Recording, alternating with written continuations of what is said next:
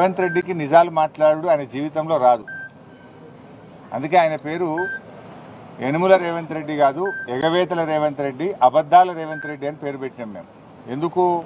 ఇచ్చిన హామీలను ఎగబెట్టింది కనుక ఎగవేతల రేవంత్ రెడ్డి, నోరిప్పితే అబద్ధాలు తప్ప నిజాలు మాట్లాడాడు కనుక అబద్ధాల రేవంత్ రెడ్డి ఆయన. ఇవాళ ఈ ప్రాజెక్టు 9 ఏళ్ల కాంగ్రెస్ హయాంలో ఎస్ఎల్బీసీ ప్రాజెక్టులో 3,300 కోట్ల రూపాయలు ఖర్చు పెడితే 9 ఏళ్ల బీఆర్ఎస్ హయాంలో 3,900 కోట్ల రూపాయలు ఖర్చు పెట్టాం. అంటే కాంగ్రెస్ హయాం కంటే 600 కోట్ల రూపాయలు బీఆర్ఎస్ ప్రభుత్వం ఎక్కువగా ఖర్చు పెట్టింది.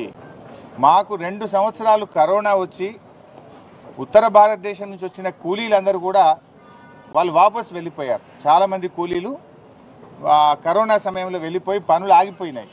అంటే 2 వరుస కరోనా సంవత్సరాలు వచ్చినా కూడా కాంగ్రెస్ హయాం కంటే బీఆర్ఎస్ హయాంలోనే 600 కోట్ల రూపాయల పనులు అదనంగా జరిగాయి. ఈ ప్రాజెక్టులో 2 సొరంగాలు, 2 బ్యాలెన్సింగ్ రిజర్వాయర్లు ఉన్నాయి.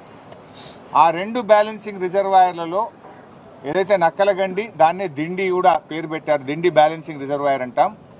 దాంట్లో అది 7.5 టీఎంసీల నీటి సామర్థ్యం కలిగినటువంటి రిజర్వాయర్. భూసేకరణ చేసి R&R చేసి దాదాపు 95% పనులు దిండి బ్యాలెన్సింగ్ రిజర్వాయర్లో పూర్తి చేశాం. పెళ్లిపాకల రిజర్వాయర్లో కూడా దాదాపు 50% వరకు పనులు పూర్తి చేశాం. ఎస్ఎల్బీసీ టనల్లో ఆ రోజు పనులు ఆగిపోయి కాంగ్రెస్ హయాంలో మూలకు పడితే కేసీఆర్ గారు అసెంబ్లీలో అఖిలపక్ష సమావేశాన్ని పిలిచి ఆనాటి ప్రతిపక్ష నాయకులు జానారెడ్డి గారితో సహా నల్లగొండ జిల్లా నాయకులను కూడా పిలిచి అన్ని రాజకీయ పార్టీలను పిలిచి అందరి అభిప్రాయాలు తీసుకొని 100 కోట్ల రూపాయల మొబిలైజేషన్ అడ్వాన్స్ ఇచ్చి పనులను పునఃప్రారంభింపజేసింది మా బీఆర్ఎస్ ప్రభుత్వం, ముఖ్యమంత్రి కేసీఆర్ గారు. అయితే మేము చేయాల్సిన ప్రయత్నం చేసినాం. లోపలికి వెళ్ళిన తర్వాత వాటర్ సీపేజ్ పెరిగింది, 2 సార్లు బేరింగ్లు ఫెయిల్ అయిపోయినాయి. అమెరికా నుంచి స్పేర్ పార్ట్స్ తెచ్చి టెక్నీషియన్స్ తెప్పించి దాన్ని మరమ్మతు చేపించి కూడా మేము పనులు ముందుకు తీసుకుపోయాం. బీఆర్ఎస్ హయాంలో 13 కిలోమీటర్లు టనల్ పనులు మేము పూర్తి చేశాం. అంటే అంత బాగా మా హయాంలో పనులు జరిగినాయి. అటు రిజర్వాయర్లు చేసినాం, 13 కిలోమీటర్ల టనల్ చేసినాం. నేను అడుగుతున్న రేవంత్ రెడ్డిని, నువ్వు 15 నెలలు అయింది గవర్నమెంట్ వచ్చి, 15 మీటర్లు తవ్వినావు? నీ 15 నెలల్లో 15 మీటర్లన్నా తవ్వినవా ఎస్ఎల్బీసీ సొరంగం అని అడుగుతున్నాను నేను. ఎవరు పని చేయండి? మేము 13 కిలోమీటర్లు తవ్వినాం.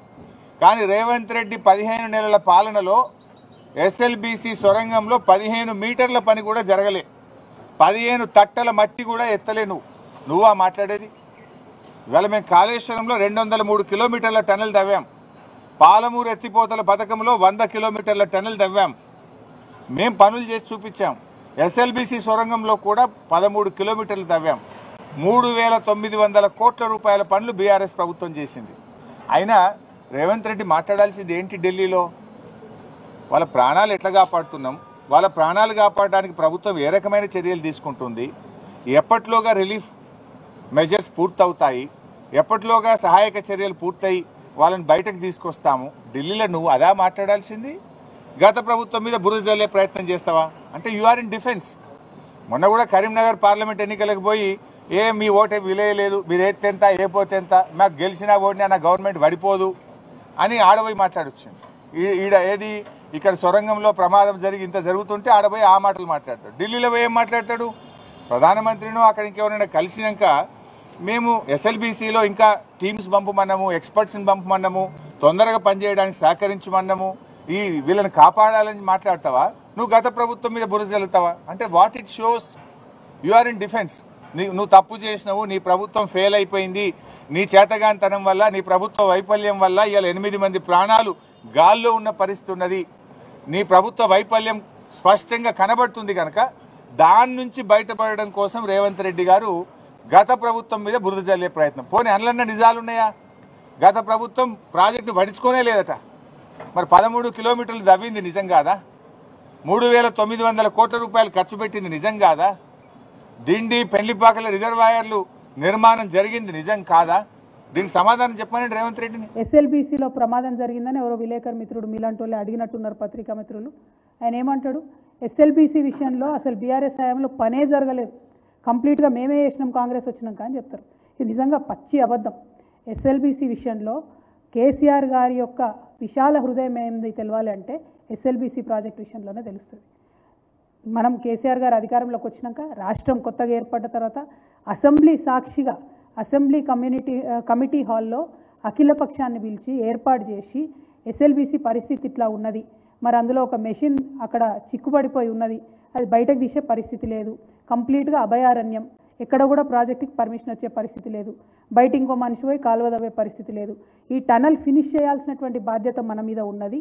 ఎస్ఎల్బీసీ నుండి శ్రీశైలం లెఫ్ట్ బ్యాంక్ కెనాల్ నుండి తెలంగాణకు నీళ్ళు రావాలంటే ఇక మీ ప్రాజెక్టులో ముందుకు పోవడం తప్ప వెనక్కి వచ్చే మార్గం లేదని చెప్పి అఖిలపక్షానికి ఎక్స్ప్లెయిన్ చేసి పెద్దలు జానారెడ్డి గారు ఆనాడు ప్రతిపక్ష లీడర్గా ఉంటే వారిని ముందు పెట్టి ఆ ఒక్క కాంట్రాక్టర్కి 100 కోట్ల అడ్వాన్స్ ఓపెన్గా కుల్లాగా ఇచ్చినటువంటి వ్యక్తి కేసీఆర్ గారు.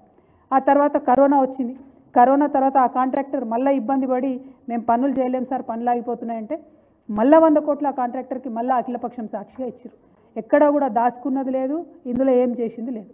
కేసీఆర్ గారి హయాంలో 10 సంవత్సరాలలో 11.5 కిలోమీటర్లు టనల్ మనం తవ్వడం జరిగింది. మరి ఇంత పెద్ద ఎత్తున టనల్ తవ్వితే మొత్తం ఉమ్మడి మీరు టీడీపీ కాంగ్రెస్ ఇద్దరు కూడా కలిసి 30 ఏళ్లలో ఈ ప్రాజెక్ట్ మీద పెట్టిన ఖర్చు ఎంతయా అంటే 3,340 కోట్ల రూపాయలు. కానీ కేవలం కేసీఆర్ గారు 10 సంవత్సరాల్లో ఈ ఎస్ఎల్బీసీ ప్రాజెక్ట్ మీద పెట్టినటువంటి ఖర్చు 3,890, అంటే దాదాపుగా 3,900 కోట్లు ఖర్చు పెట్టారు. మరి ఇంత ఖర్చు పెట్టి 11.5 కిలోమీటర్లు టనల్ దవ్వి అఖిలపక్షం అందరినీ కూడా కాన్ఫిడెన్స్లోకి తీసుకొని ఏవైతే నీళ్లు రానటువంటి ప్రాంతం నల్గొండ మహబూబ్నగర్ జిల్లాలకు నీళ్లు రావాలని చెప్పి కేసీఆర్ గారు ప్రయత్నం చేసిండ్రో ఇవాళ దాన్ని మొత్తం కూడా డిస్కౌంట్ చేసి అసలు పనే చేయలేదు మీ ప్రభుత్వంలో అని చెప్పి అబద్ధాలు ఆడుతున్నటువంటి సర్కార్, రేవంత్ రెడ్డి గారి సర్కారు.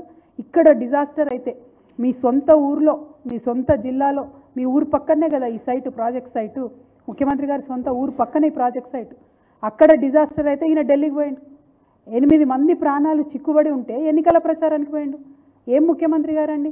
ఇదే హిమాచల్ ప్రదేశ్లో ఇటువంటిదే జరిగితే టనల్లో 40 మంది చిక్కుకుపోతే పుష్కర్ సింగ్ ధామీ గారు అని అప్పుడు చీఫ్ మినిస్టర్ ఉన్నారు, ఆయన అక్కడనే పోయి ఉండి మొత్తం అది అంతా అయ్యేంత వరకు, రెస్క్యూ అయ్యేంత వరకు, వాళ్ళు ప్రాణాలతో బయటపడేంత వరకు కూడా ఆయన అక్కడే ఉన్నాడు. మరి వాళ్ళ ముఖ్యమంత్రి గారు ఎందుకు పోతలేరు? ఏమన్నంటే మా మంత్రులు బాగా పనిచేస్తున్నారు, వాళ్ళు అక్కడనే ఉన్నారు, నేను పోయే అవసరం లేదని చెప్పి ఈయన మాత్రం ఎన్నికల ప్రచారానికి పోతాడు, ఢిల్లీకి పోతుంది. మరి ఢిల్లీకి పోయి కలిసేది ఎవరినయ్యా అంటే ప్రైమ్ మినిస్టర్ మోడీని, రాహుల్ గాంధీని కాదు, ఇంకోటి కాదు.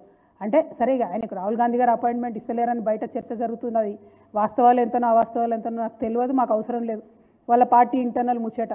కాకపోతే ఈ రాష్ట్రానికి సంబంధించి జరగాల్సినటువంటి పనులు పార్లమెంట్లో ప్రధాన ప్రతిపక్ష నాయకుడు రాహుల్ గాంధీ గారు అడగరు, ఈయన ముఖ్యమంత్రి అడగరు. ముఖ్యమంత్రి పోయి ప్రధానమంత్రిని కలిస్తే మరి ఏం అడిగినరయ్యా అంటే ఏం లేదు, సేమ్ పాత రిప్రజెంటేషన్ కొత్తగా ఇచ్చారు.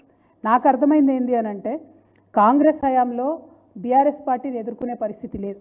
ఏవైతే వీళ్ళు బీఆర్ఎస్ పార్టీని ఆ విమర్శలు చేసుకుంటూ వచ్చారో, చిన్న తప్పిదాలు ఎక్కడన్నా బీఆర్ఎస్ పార్టీలో చిన్న సంఘటనలు అనుకొని జరిగితే మైకులు పగిలేటట్టుగా స్పీచ్లు ఇచ్చారు. కానీ ఐరన్ లెగ్ కాంగ్రెస్ పార్టీ అధికారంలోకి వచ్చిన తర్వాత ఏం జరిగింది? 4 ప్రాజెక్టులు కొట్టుకుపోయినాయి ఇప్పటి వరకు. సుంకిశాల పంప్ హౌస్ మొత్తం మునిగిపోయింది, దాని మీద ఇంతవరకు అతిగతి లేదు. ఒక కమిటీ వేసినామన్నారు, దాని మీద మాట్లాడరు. ఖమ్మం జిల్లాలో పెద్దవాగు మీద ప్రాజెక్టు, టోటల్ ప్రాజెక్టే కొట్టుకుపోయింది, దాని మీద మాట్లాడరు. ఇట్లా అనేక, 1 కాదు 2 కాదు 4 ప్రాజెక్టులు కాంగ్రెస్ వచ్చినాక కొట్టుకుపోయింది. ఏం మాట్లాడినా ఏం చెప్పినా ఏమంటారంటే మెగా కృష్ణారెడ్డి గారు కడుతున్న ప్రాజెక్టు కాబట్టి దాన్ని ఎవరు ముట్టుకోవడానికి వీల్లేదు. కామెడీ ఏంటంటే సుంకిశాల ప్రాజెక్ట్ కొట్టుకుపోయిన తర్వాత ఒక ఆర్టీఐ ఎవరో పిల్లాడు వేస్తే ఆయనకు వచ్చిన జవాబు ఏంటిది తెలుసా? ఇది దేశ భద్రతకు సంబంధించిన విషయం కాబట్టి మేము దీనికి మీకు జవాబు ఇవ్వమని చెప్తున్నారు. ఇక మెగా కృష్ణారెడ్డి గారు ముచ్చడి చెప్పమంటే దేశ భద్రత అంటే మరి ముఖ్యమంత్రి గారి ప్రాధాన్యతలు ఏంది, ప్రయారిటీస్ ఏంది, తెలంగాణ ప్రజలు ఇంపార్టెంట్, ఆయనకు కాంట్రాక్టర్లు ఇంపార్టెంట్ అర్థమవుతున్నటువంటి పరిస్థితి. సో ఇవాళ మేము ప్రజలకు చెప్పేది ఒకటే, ఆయన పీఎంని కలిసిన తర్వాత, ప్రధానమంత్రిని కలిసిన తర్వాత ఈ రాష్ట్రానికి ఏమొచ్చింది? అదే ప్రశ్న మేము వేస్తే ఏమంటారంటే ప్రధానమంత్రి మీటింగ్ నుంచి బయటకు వచ్చిన వెంటనే సీఎం గారు చెప్పే మాట ఏంటిది? బీఆర్ఎస్ పని ఖతమైపోతుంది, బీఆర్ఎస్ పార్టీ ఫినిష్ అయిపోతుంది, మేము కేసులు పెట్టబోతా ఉన్నాం, ఏందేందో జరిగిపోతున్నాయి, ఎక్కడెక్కడో ఎవరో చనిపోతున్నారు అని వింతగా మాట్లాడడం మొదలుపెట్టారు. అంటే ఇక్కడ అర్థమవుతున్నది ఏంది? చాలా స్పష్టంగా దోస్తి బిట్వీన్ బీజేపీ అండ్ కాంగ్రెస్ ఇవాళ బట్టబయలైంది, ప్రజల ముందు ఎక్స్పోజ్ అయింది.